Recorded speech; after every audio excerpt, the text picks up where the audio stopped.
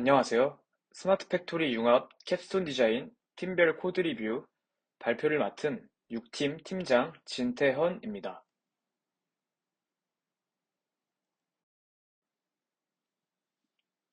이번 팀별 코드 리뷰 영상에서는 총 두 가지 논문을 준비해 왔는데, 첫 번째 논문으로는 아이솔레이션 포레스트와 서포트 벡터 머신 기반 머신러닝 이상 탐지 기법을 소개한 논문과 테드 간 딥러닝 모델 기반 시계열 이상 탐지를 설명한 논문, 이렇게 두 가지를 코드 리뷰를 진행하겠습니다.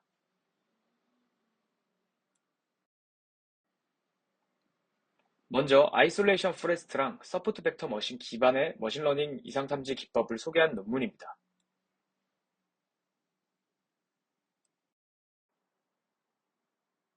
논문의 제목은 Anomaly Based Threat Detection in Smart Health Using Machine Learning이라는 논문으로 스마트 헬스케어 환경에서 EHR에 대한 이상 행위 탐지 시스템을 개발하는 논문입니다. 실제 이상 탐지에서 많이 사용되는 다양한 머신러닝 모델들을 조합하여 수치형, 범주형 데이터에 대한 통합 이상 탐지를 수행합니다. 또한 수치형 범주형과 같은 다양한 종류의 데이터에 대한 이상 탐지를 위해 데이터 전처리 기법도 소개합니다. 논문에서 제안하는 전체 파이프라인은 첫 번째로 데이터 전처리를 수행하고, 두 번째로 특성을 선택한 후, 세 번째 비지도 학습 기반으로 이상 탐지 라벨링을 수행해 줍니다. 그리고 마지막으로 라벨링된 데이터를 기준으로 지도 학습 기반 이상 탐지를 수행해 줍니다.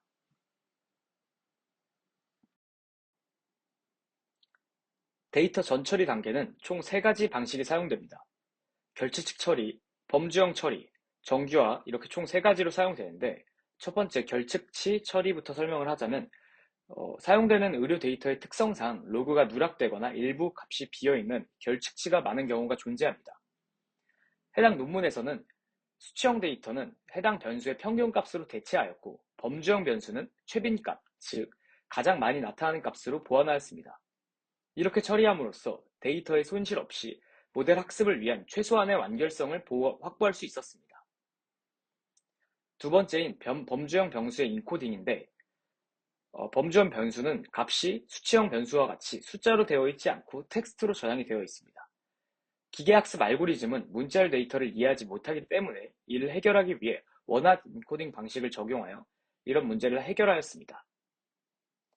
세 번째, 정규화 기법은 변수마다 스케일이 다르면 거리 기반 알고리즘, 서포트 벡터 머신과 같은 이런 거리 기반 알고리즘에서 왜곡이 발생할 수 있기 때문에 모든 수치형 데이터는 민, 맥스 정규화를 통해 0과 1 사이의 값으로 스케일을 조정하였습니다.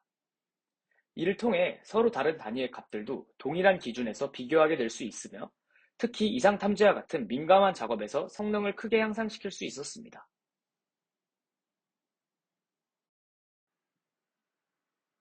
이번 단계는 본 논문에서 핵심적으로 다루는 이상 탐지, 즉 라벨링 단계입니다. 앞서 전처리를 통해 정제된 데이터를 기반으로 비지도 학습 기법을 사용해 정상과 이상 패턴을 구분하는 과정입니다. 논문에서 사용된 데이터는 사전 라벨이 없는 비정형 로그 데이터라는 점을 통해 이것이 이상인지 정상인지 라벨링이 존재하지 않기 때문에 비지도 학습 방식을 먼저 진행을 하였습니다. 이 논문에서는 대표적으로 총 두 가지의 알고리즘을 사용하였는데, 아이솔레이션 포레스트와 LOF 방식을 사용하였습니다. 먼저 아이솔레이션 포레스트는 트리 기반 알고리즘으로 데이터 포인트를 분리하는 데 필요한 분기수를 기준으로 이상 여부를 판단합니다. 일반적인 정상 데이터는 많은 분기를 거쳐야 분리되지만, 이상치는 튀어나와 있는 값이 크기 때문에 적은 분기만으로도 쉽게 고립될 수 있다는 이론을 가지고 개발된 알고리즘입니다. 또 다른 알고리즘인 로컬 아웃라이어 팩터는 밀도 기반 접근을 사용합니다. 각 데이터의 포인트의 국지적인 밀도를 주변 이웃과 비교하며 밀도가 낮을수록 이상치로 판단하는 방식입니다. 이렇게 두 알고리즘을 가지고 이 EMF 값을 평가해 봤는데, 라벨링에 사용되는 알고리즘으로는 아이솔레이션 포레스트가 로컬 아웃라이어 팩터보다 라벨링에 더 우수하다는 결과를 이끌어냈습니다.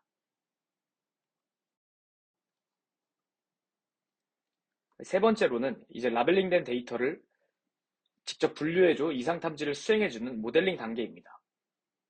앞 단계에서 아이솔레이션 포레스트와 LOF 알고리즘을 통해 각 데이터에 대해 이상 여부가 라벨링되었습니다. 이번 단계에서 논문은 대표적인 세 가지의 지도학습 알고리즘을 사용하였습니다. 바로 서포트 벡터 머신, 결정 트리, 랜덤 포레스트 이렇게 총 세 가지의 지도학습 기반 이상 탐지 알고리즘이 사용되었습니다. 먼저 서포트 벡터 머신은 고차원 공간에서 데이터를 분리하는 가장 최적의 결정 경계를 찾고 있는 알고리즘입니다. 특히 이렇게 정상과 비정상이 이진분류된 이진분류 문제에서 가장 강력한 성능을 보이며 복잡한 패턴을 효과적으로 분리할 수 있습니다. 다음은 결정 트리입니다. 이 알고리즘은 데이터를 분기 구조로 나누어 최종적으로 분류하는 방식입니다. 해석 가능성이 높고 규칙 기반 분류를 할 수 있다는 장점이 있습니다. 마지막으로 랜덤 포레스트는 여러 개의 결정 트리를 앙상블 방식으로 조합한 모델입니다. 다양한 트리가 학습한 결과를 종합적으로 최종 예측을 수행함으로써 과적합을 줄이고 일반화 성능을 향상시키는 특징이 있습니다. 하지만 이 연구에서는 랜덤 포레스트의 특이도가 다소 낮아 일부 정상 데이터를 잘못 이상으로 분류한 경향이 있었습니다. 즉, 성능 평가 결과 모델링 단계에서는 서포트 벡터 머신이, 라벨링 단계에서는 아이솔레이션 포레스트 알고리즘이 가장 좋은 결과를 얻어냈기 때문에 아이솔레이션 포레스트에 서포트 벡터 머신을 조합한 모델이 가장 우수함을 입증하였습니다. 논문의 실험 결과입니다. 먼저 라벨링 알고리즘을 비교해보는 실험을 진행하였는데 앞서 설명했듯이 아이솔레이션 포레스트와 로컬 아웃라이어 팩터 이 두 가지 알고리즘을 사용합니다. 앞에서 설명했듯이 라벨링 모델로는 아이솔레이션 포레스트가 이 LOF 모델보다 훨씬 더 뛰어난 성능을 보입니다. 단일 라벨링 결과로 비교를 해봤을 때도 어떤 지표에서도 아이솔레이션 포레스트가 로컬 아웃라이어 팩터보다 높은 성능을 보였고 LOF와 이 아이솔레이션 포레스트를 각각 다른 분류 모델과 결합했을 때의 성능도 지금 이렇게 보시면 같은 모델에 같은 지표를 사용했음에도 대부분의 지표, 대부분의 모델에서 아이솔레이션 포레스트로 라벨링을 사용했을 때 더 월등히 높은 성능을 보였습니다. 이 실험은 라벨링 데이터를 아이솔레이션 포레스트와 LOF를 각각 두고 분류 모델을 비교한 실험입니다. 분류 모델 비교로는 서포트 벡터 머신, 결정 트리, 랜덤 포레스트를 각각 비교하였습니다.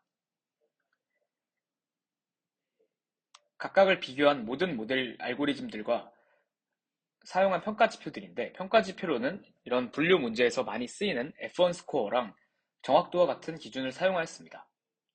결과를 보시면 논문의 결과와 똑같이 아이솔레이션 포레스트와 서포트 벡터 머신이 결합된 모델이 다른 그 어떤 모델들보다 높은 성능을 나타냄을 알 수 있습니다. 어떤 지표를 비교해봐도 라벨링은 아이솔레이션 포레스트, 분류기에는 서포트 벡터 머신을 사용한 것이 가장 높은 성능을 보임을 알 수 있습니다.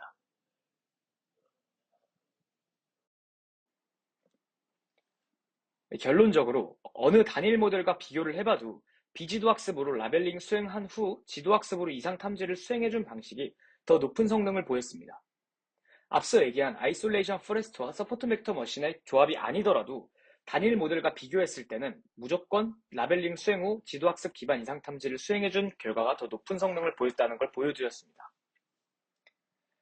앞서 설명했듯이 비지도학습으로는 아이솔레이션 포레스트가 가장 높은 성능을 보였고 지도학습으로는 서포트 벡터 머신이 가장 높은 성능을 보였습니다. 이 기존의 머신러닝 기법들보다 전문가의 라벨 없이도 효과적으로 이상 탐지를 할 수 있음을 증명하였습니다.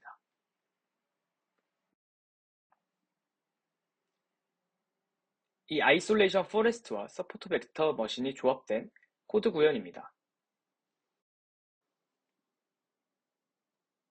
구현 환경은 콜앱으로 사용하였고 데이터 전처리는 논문에서 소개한 원핫 인코딩, 결측치 처리, 민맥스 정교화 방식을 사용하였습니다. 비지도학습 알고리즘으로는 아이솔레이션 포레스트를 사용하였고 지도학습 알고리즘으로는 서포트 벡터 머신을 사용하였습니다. 평가 지표에는 논문에 나온 코드에 명시되듯이 정확도, 재현율, F1 스코어를 사용하였습니다.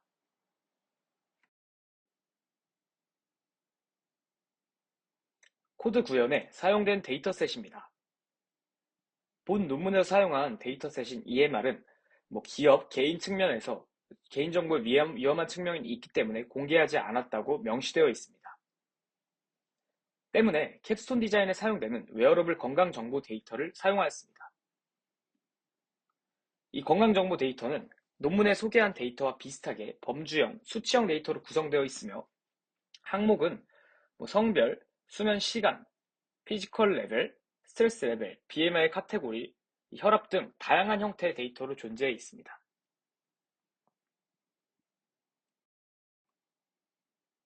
데이터 전처리 파트에서는 논문에 사용된 데이터셋에 추가로 여러 가지 항목 중 몇 가지 항목만 사용하기 위해서 항목을 선택하는 코드가 포함되어 있습니다. 다양한 항목 중 저희는 수면 시간, BMI 카테고리, 혈압, 심박수, 걸음수만을 사용합니다. 논문에 나온 설명대로 범주형 데이터는 원활 인코딩을 처리하였습니다. 저희 데이터의 범주형 데이터로는 BMI 카테고리로 되어 있기 때문에 이렇게 피처로 원활 인코딩을 수행해준 걸 볼 수 있습니다. 또한 논문에 소개한 대로 결집값 처리, 민맥 스케일링으로 정교화시킨 코드도 포함되어 있습니다.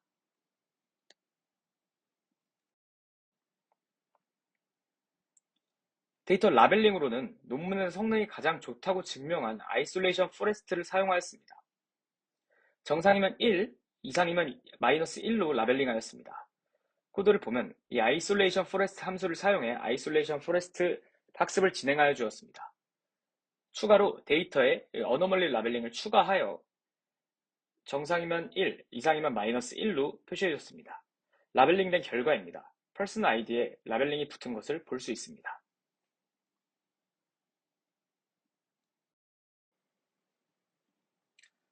다음은 라벨링된 데이터를 통해 지도학습 기반으로 이상 탐지해주는 파트입니다. 논문에서 지도학습 이상 탐지 알고리즘 중 가장 결과가 좋다고 말하는 서포트 벡터 머신을 사용하였습니다. 이렇게 이미 정교화된 데이터를 사용을 하여 정상과 이상의 라벨이 포함되어 있는 서포트 벡터 머신을 사용을 합니다. 다음은 예측한 결과이고 저희가 사용한 데이터셋이 정상 데이터 위주로만 되어 있어서 비정상에 대한 이 F1 스코어 및 여러 가지 지표들의 값은 높았지만 이 정상 데이터에 대한 이진 분류는 워낙 정상 데이터에 몰려 있어 높지 않은 값을 보였습니다.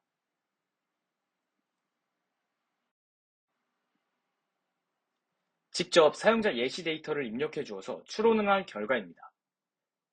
이 샘플 데이터로 이 수면 시간, BMI 카테고리, 혈압, 심박수, 걸음수와 같이 가짜 사용자 입력 데이터를 만들어 주었고 실제 방금 말한 서포트 벡터 머신과 아이솔레이션 포레스트 데이터 전처리 기법을 사용하여 직접 평가해 본 값입니다. 데이터 프레임으로 변한 후 혈압과 같은 데이터는 120에 80 이렇게 두 가지로 분리되어 있기 때문에 분리해주는 작업을 거칩니다. 그리고 BMI 카테고리 또한 원활 인코딩을 통해 범주형 데이터를 처리해줍니다. 앞서 설명한 민맥스 정교화를 사용하여 가지고 정교화를 진행해준 후 서포트 벡터 머신 예측을 수행하게 됩니다. 최종 결과는 이런 식으로 정상으로 감지되었다는 정보를 얻을 수 있습니다.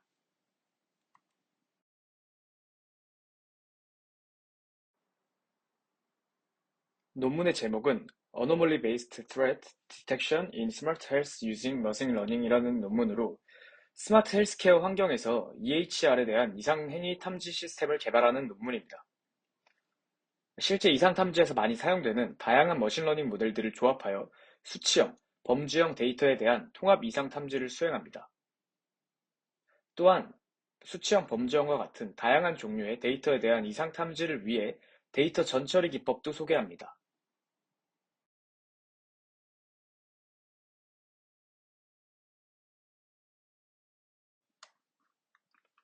논문에서 제안하는 모델인 테드간은 두 개의 제너레이터와 두 개의 크리틱이 합쳐진 아키텍처입니다. 여기서 말하는 크리틱은 기존의 간의 디스크리미네이터, 즉 판별자를 뜻하며 제안하는 모델에서는 이를 크리틱이라고 부릅니다. 두 번째로 월세스테인 로스로 모델의 콜랩스를 해결했습니다. 세 번째로 테드간은 사이클 컨시스텐트 로스로 매핑 펑션 서치 스페이스를 제한하는 기능을 가집니다. 이 자세한 설명은 뒤에서 진행하도록 하겠습니다.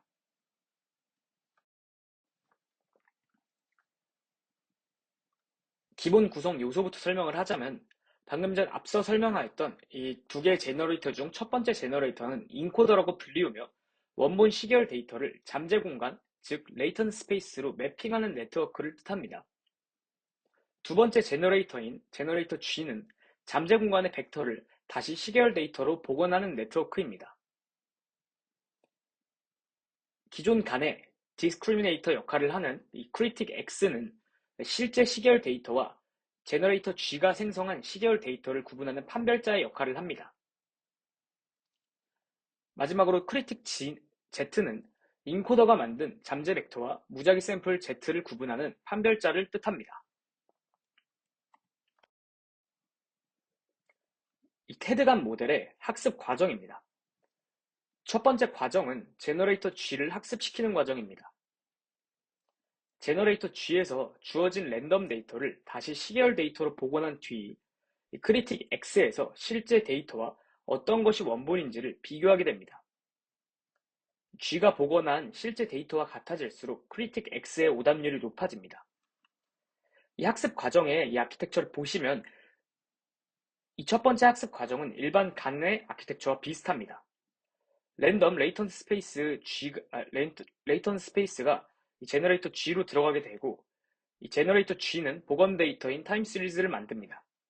그리고 이 원본 값을 비교해주는 크리틱 X가 실제 데이터 X와의 복원 데이터 타임 시리즈 Z를 비교하게 해줍니다.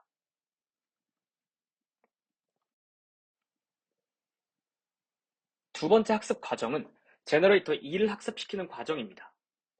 제너레이터 E, 즉 앞서 설명한 인코더를 학습시키는 과정으로 이 제너레이터 E가 레이턴트 스페이스를 더 잘 생성시키도록 학습시킵니다. 실제 데이터를 E를 거쳐 레이턴트 스페이스로 만들고 랜덤 데이터와의 오차를 크리틱에서 계산하게 됩니다. 인코더, 즉 제너레이터 E가 잘 학습될수록 크리틱 Z의 오답률이 더 낮아지게 됩니다. 그림을 보면 아까와 달리 실제 데이터에 이 제너레이터 첫 번째 제너레이터인 제너레이터 인코더가 실제 데이터를 받아들이게 되고 이를 재구성하여 실제 데이터처럼 구성하는 게 아닌 단순히 레이턴트 스페이스, 즉 잠재 공간만을 생성하게 됩니다.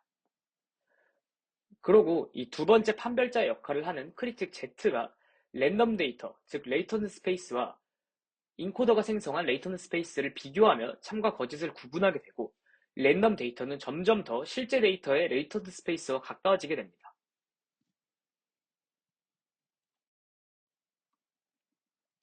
세 번째로 제너레이터 E로 생성한 레이턴트 스페이스를 제너레이터 G로 복원한 시계열 데이터와 랜덤 레이턴트 스페이스를 제너레이터 G로 복원한 시계열 데이터에 대해 크리틱 X에서 오차를 계산하는 과정입니다.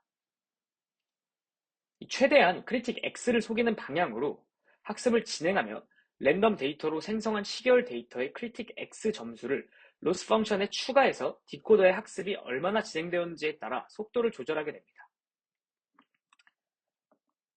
방금 전에 학습되었던 이 인코더에 실제 데이터 값이 들어가게 되면 이 인코더는 이 레이턴 스페이스를 생성하게 됩니다. 이 생성된 레이턴 스페이스를 기준으로 모델을 생성할 수 있는 이 제너레이터가 레이턴 스페이스를 받아 실제 타임 시리즈를 복원하게 됩니다. 또한 이 생성된 레이턴 스페이스를 받아들이는 것뿐만 아니라 앞서 설명하였던 이 크리틱 Z에서 판별을 할 수 있게 만들어준 레이턴트 스페이스가 같이 제너레이터에 들어가게 되어 랜덤 타임 시리즈 복원과 실제 타임 시리즈 복원이 두 가지가 이루어지게 됩니다. 이 크리틱 X에서 이렇게 복원된 타임 시리즈 데이터와 실제 데이터를 비교하여 얼마나 학습이 진행되었는지 확인을 해주게 됩니다.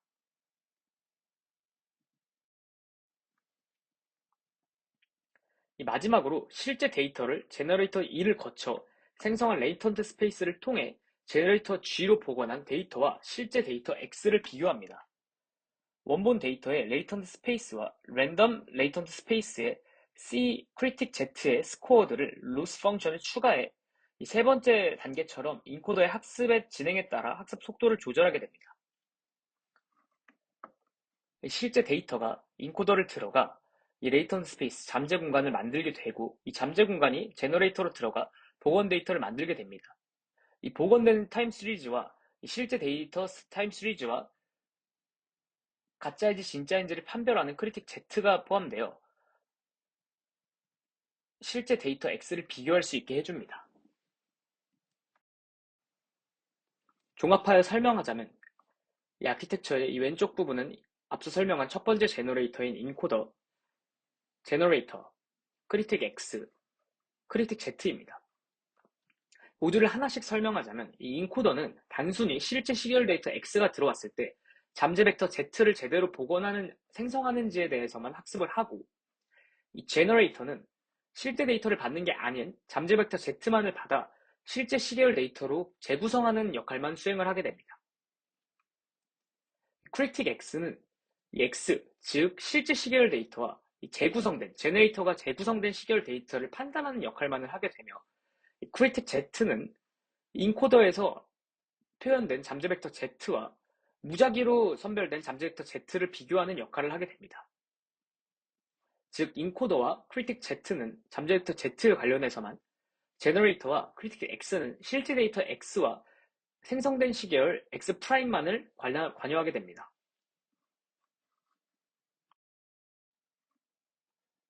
코드 구현입니다. 이 테드간은 다양하게 사람들이 실험해 볼 수 있게 하고, 그리고 이 간을 기반으로 한 시계열 데이터 이상 탐지 분야의 발전을 위해 모든 코드와 이 모델 구성을 공개하였습니다.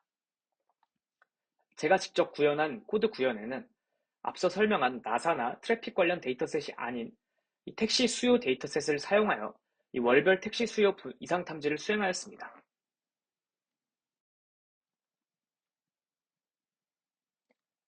여러 가지 코드 중 이 모델 정의 파트를 보여주자면, 이 첫 번째 빌드 인코더 레이어 함수는 테드간에서의 인코더를 정의합니다. 여기서 말한 인코더는 앞서 설명했듯이 테드간의 제너레이터 두 개 중 첫 번째 값을 뜻하며, 이 테드간에서 시계열 데이터를 잠재 공간으로 인코딩하기 위한 인코더입니다.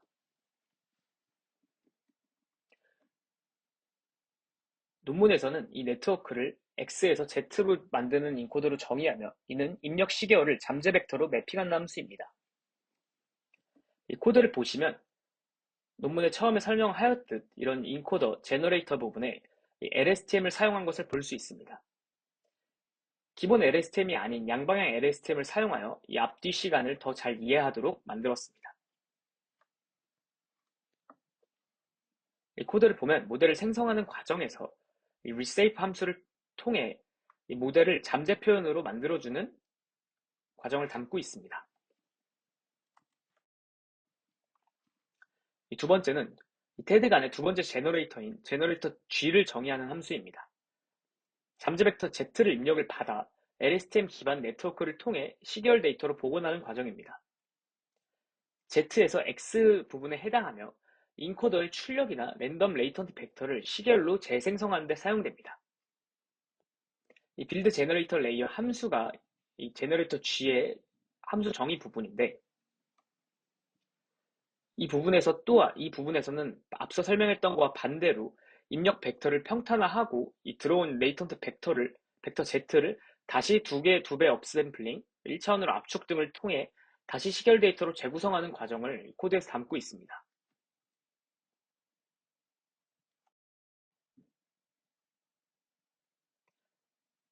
이 세 번째 모델 정의는 디스크리미네이터로 취급받는 이 크리틱 X에 대한 정의입니다.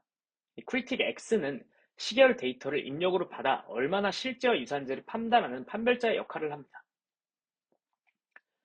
여러 층의 컨볼루션 레이어와 리퀴렐로 함수를 쌓아 시계열 패턴을 학습하며 마지막 댄스 레이어에서는 앞서 계속 설명을 하였던 워설스테인 스코어를 출력해 주게 됩니다. 이 함수는 기존의 LSTM을 사용하는 것이 아닌 들어온 시계열 데이터가 진짜인지 가짜인지 판단하는 판별자 역할을 하기 때문에 컨볼루션 1D 함수와 리퀴렐로를 통해 판별을 해주는 것을 학습하게 됩니다.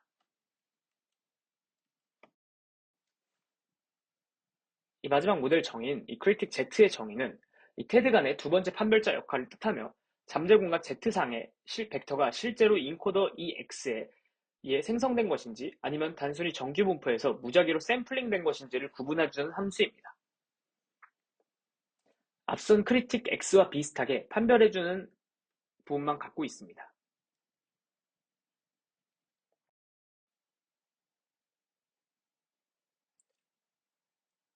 이번 정의는 테드 간에서 주요하게 사용되는 손실함수를 정의합니다. 이 손실함수는 이 W 간에서 실제로 많이 사용되던 것인데 기존 간에서 바이너리 크로스 엔트로피 대신 이 실수 기반 차이를 계산하여 더 안정적인 학습을 가능하게 해줍니다.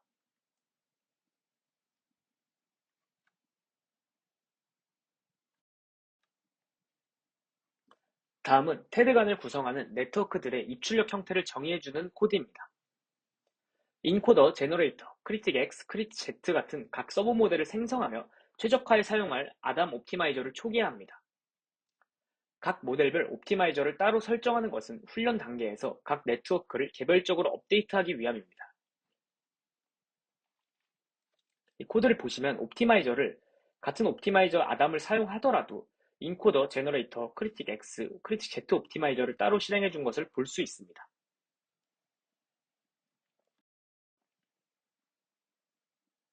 이 인코더의 구조를 서머리로 보여준 것입니다. 이 바이너리티컬 LSTM을 잘 사용한 것을 볼 수 있습니다. 제너레이터 G의 이 모델 구조입니다. 이 판별자 역할을 하는 크리틱 X의 모델 구조이며 입력으로는 실제 시계열 또는 제너레이터의 출력을 받아주게 됩니다. 크리틱 Z의 모델 구조입니다. 인코더가 생성한 Z 또는 무작위 Z를 받아들여 가짜인지 진짜인지 판단하는 모델 구조입니다.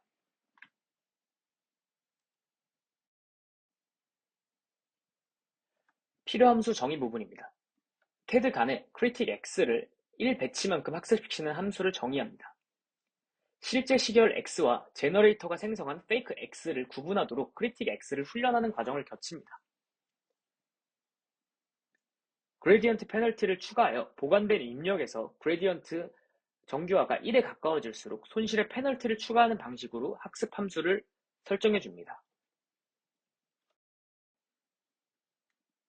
다음은 앞서 설명한 이 함수의 정의입니다. 크리틱 X를 1배치만큼 합숙시키는 함수 critic S train on 배치 함수입니다.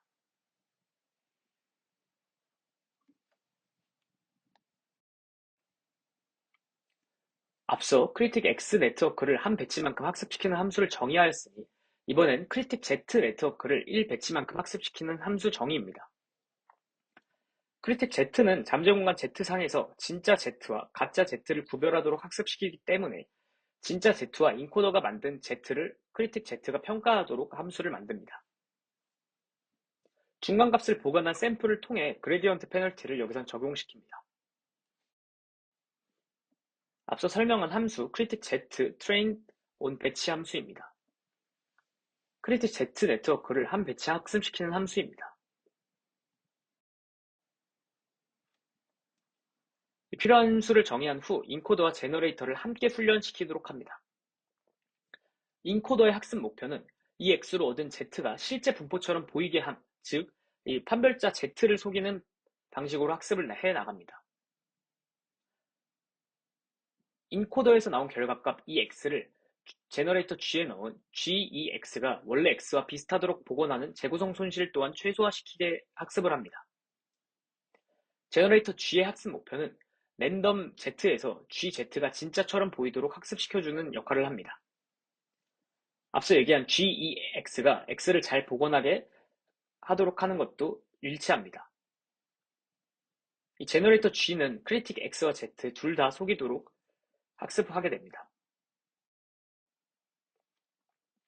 인코더와 제너레이터를 동시에 학습할 수 있게 인코더 제너레이터 학습 부분은 함수 안에 인코더 학습과 이 제너레이터 학습 부분을 같이 넣어주게 되어 동시에 학습이 진행되도록 합니다.